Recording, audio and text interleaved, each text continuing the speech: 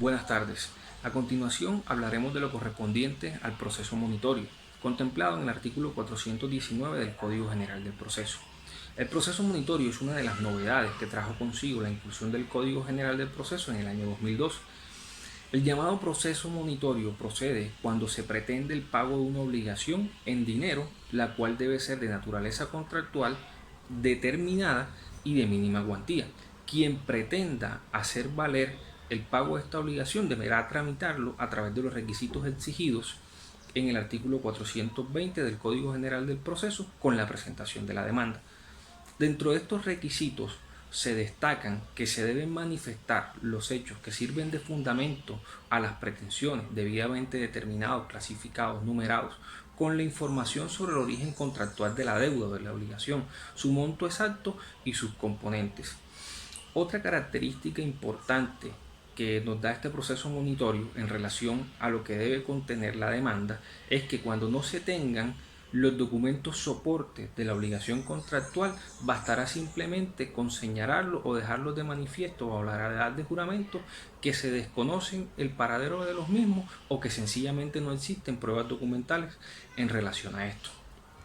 Luego de presentada y admitida la demanda, el juez requerirá al deudor para que en un plazo máximo de 10 días conteste la demanda, exponga y niegue total o parcialmente la reclamación de la deuda. Este auto, que contiene el requerimiento de pago, no admite recurso y se notificará personalmente al deudor, con la advertencia de que si no se justifica o de que si no paga, se dictará sentencia que tampoco admite recurso y se constituye como cosa juzgada. En el caso de que el deudor notificado no comparezca, se dictará sentencia y se proseguirá de conformidad a lo previsto o estipulado en el artículo 306 del Código General del Proceso en cuanto a la ejecución. Es decir, que este proceso que iniciamos como un proceso monitorio se convierte en un mini proceso ejecutivo para lograr el pago de la obligación. En el caso de que el deudor, dentro de las oportunidades señaladas, sí comparezca y de manera correcta de las explicaciones o las razones que considera por no deber todo o parte de ese dinero o de esa obligación, este proceso se tramitará entonces como un proceso verbal sumario y el juez dictará auto citando a la audiencia contemplada en el artículo 392. Si el juez, terminado este proceso, considera en su sentencia que el deudor debe pagar la obligación, esta sentencia constituirá entonces el título ejecutivo para que posteriormente se pueda dar cumplimiento al pago de la misma. Buenas tardes. A continuación, hablaremos acerca del proceso llamado deslinde y amojonamiento. Antes de iniciar, es muy importante hablar por separado de deslinde y amojonamiento y de esta manera conceptualizarlos.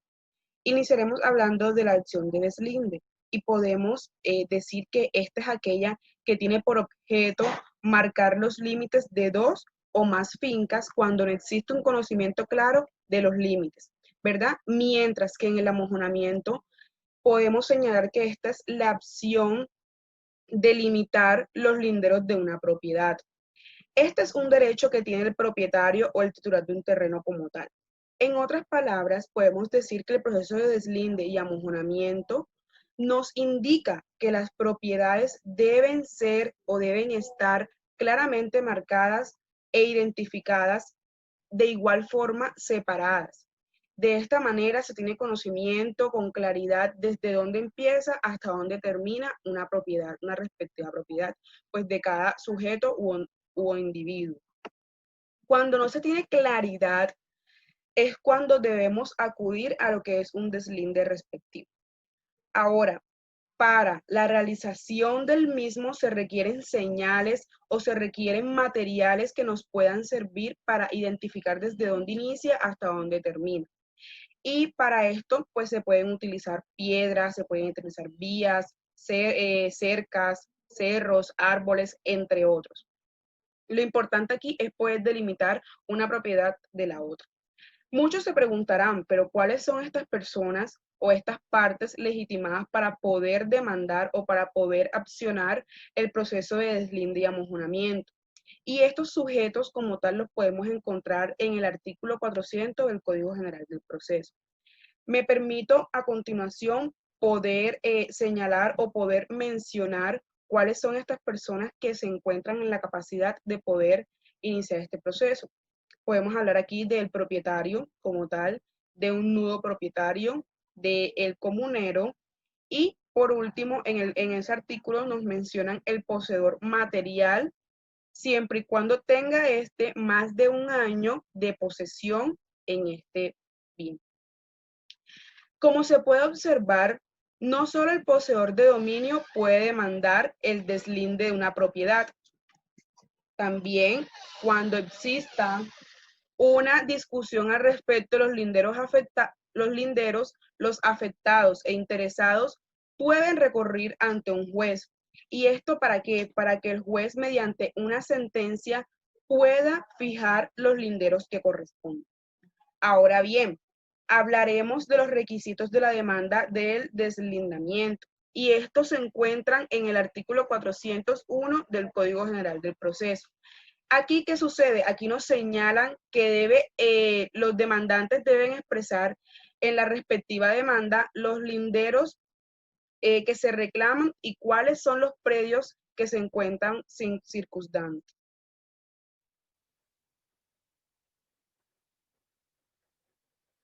Buenas tardes. A continuación les voy a hablar un poco sobre lo que es la expropiación. Podemos decir que un concepto de expropiación sería que se refiere a la adquisición por parte de una organización pública, que es el Estado en la mayoría de los casos, de un bien anteriormente considerado de propiedad privada. También podemos decir que se trata de un fenómeno de derecho público, constitucional y administrativo que consiste en la transferencia coactiva de la propiedad privada desde su titular al Estado mediante indemnización. Concretamente, un ente de la administración pública dotado de patrimonio propio. A menudo la administración pública recurre a actos de expropiación mediante los cuales adquiere determinados terrenos, bienes, inmuebles, sociedades mercantiles, recursos humanos, entre otros, por diversas causas, motivos. De este modo, el Estado pasa a convertirse en propietario de los mismos, haciéndose a la vez con los derechos derivados de esta propiedad. Entre los mismos destacaría el derecho a la explotación económica de los bienes expropiados. Una de las características del concepto de expropiación sería que se trata de un fenómeno coactivo. En otras palabras, el individuo expropiado no ofrece voluntariamente su propiedad, sino que el Estado quien la reclama unilateralmente. Otro punto es que el individuo o colectivo que sufre la expropiación del bien puede recibir una determinada contraprestación. Esta suele ser en forma de indemnización comúnmente. Podemos decir que, o resaltemos muy bien este artículo de la Constitución, que es el artículo 58, que cuando de la explicación cuando de la aplicación de una ley expedida por motivos de utilidad pública o interés social resultase en conflicto los derechos de los particulares con la necesidad por ella reconocida, el interés privado deberá ceder al interés público o social. ¿Esto qué quiere decir? Que siempre va a estar por encima el interés público o social, más allá que el interés particular. Un concepto muy Bueno, un ejemplo muy claro de la expropiación es cuando el Estado requiere esa propiedad para construir vías de acceso para el desarrollo económico o social o cultural de un país. Eh, Uno de los requisitos principales para que la expropiación se dé constitucionalmente son los siguientes.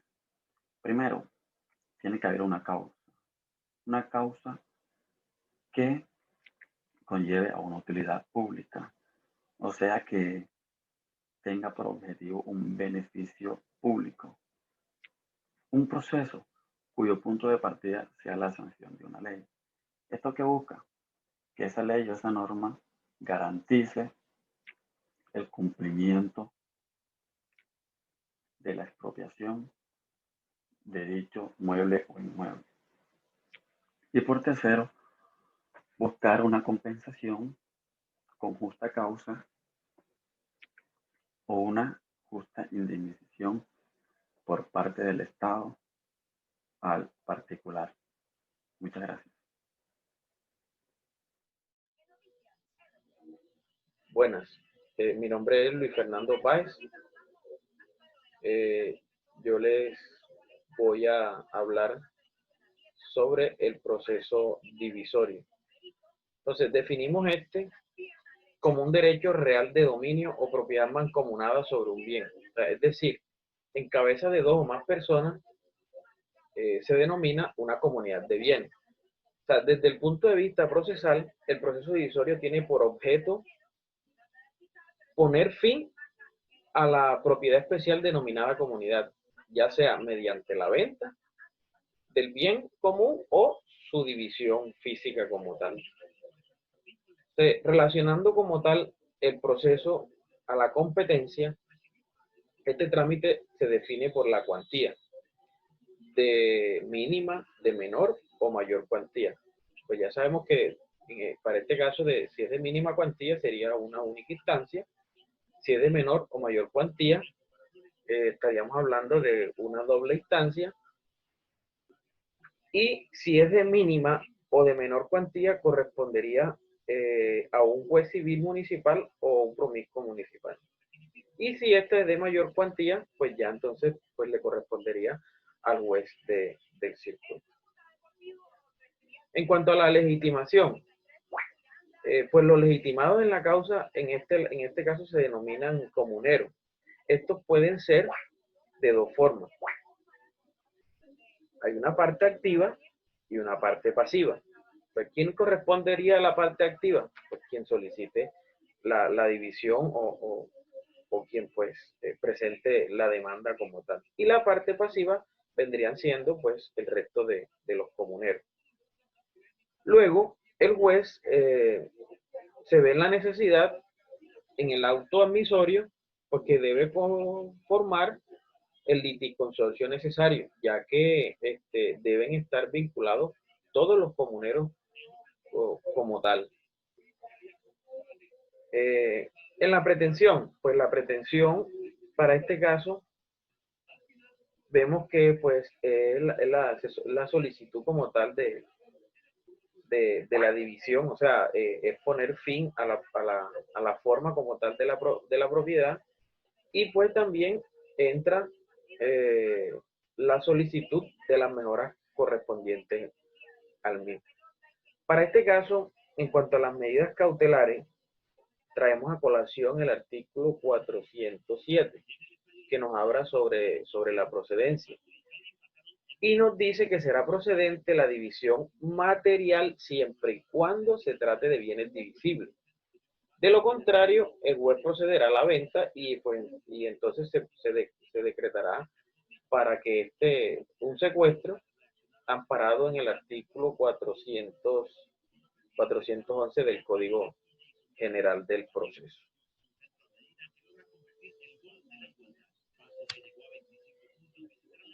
Seguido, ya sabemos que para este proceso, pues, requisito fundamental viene de la demanda, debe de ir un dictamen pericial que tiene como propósito que se determine el tipo de división que se requiere y